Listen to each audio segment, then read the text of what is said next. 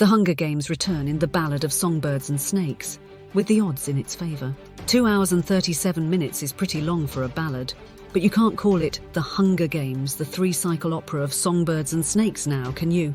The intervening years have done nothing to shrink the ambitions of this unapologetically gaudy dystopic series, where the brutal deaths of kids are watched over by outrageously styled capital denizens with names like Effie Trinket.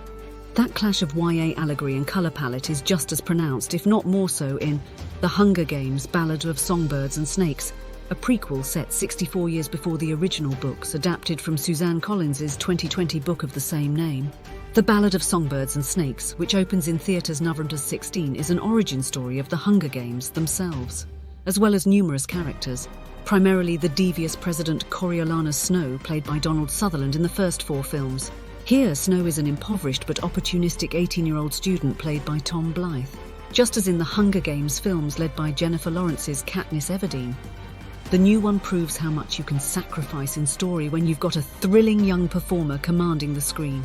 Francis Lawrence's prequel often wobbles, especially in the early going, and yet, in the end, The Ballad of Songbirds and Snakes, propelled by Blythe's performance, manages to be the deepest expression yet of the series' melodrama of adolescence. In Panem, the only thing more tragic than the suffering inflicted by adults on the young may be a bright kid warping wickedly into one of those elders too. That generational divide was always at the heart of the appeal of The Hunger Games, a fantasy where no adult or institution can be trusted, and the normal pressures of teendom are amplified in a modern, televised Roman Colosseum, an American Idol with murder, concocted by elders. Its madness shrugged off as, that's just the way it is. In The Ballad of Songbirds and Snakes, we see how it got to be that way. With little food in the fridge, Coriolanus is living with his cousin Tigris, Hunter Schafer, and grandmother, Fionnuala Flanagan. Their family has fallen on hard times, in part because of a family rivalry with Casca Highbottom, Peter Dinklage, the dean of the academy who harbours hatred for the Snows.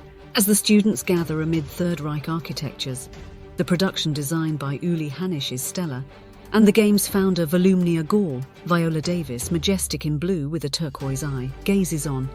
Coriolanus is assigned his tribute, Lucy Gray Baird, a bold young woman from District 12, also the homes of Katniss, who wears a rainbow skirt and sports a dubious southern accent. During the reaping ceremony, she makes an immediate impression, putting a snake down the back of a rival and bursting into song for the cameras. But Songbirds and Snakes sneakily begins making a case for itself. The relationship between Coriolanus and Lucy Gray is compellingly complex. He works desperately to help her survive the games because he believes in her and maybe loves her, but also because her success benefits him too. Whether Lucy Gray is as pure-hearted as her songs too is up for debate. When Coriolanus begins making suggestions for the games to Volumnia, he proves himself a natural-born marketer. That there's tension in Coriolanus's character, considering we know how he ultimately ends up, is a tribute to just how good Blythe is. We've by now seen plenty of prequels that show us how some famous villain broke bad, but there's nothing in Blythe's performance that telegraphs his future. He's a sincere striver. We root for him because of his poverty and his puck, who's operating in the society he's found himself. He's a villain born entirely of circumstance. The Ballad of Songbirds and Snakes extends the saga for a third act that takes places in District 12, an addition that another franchise might have saved for the next installment.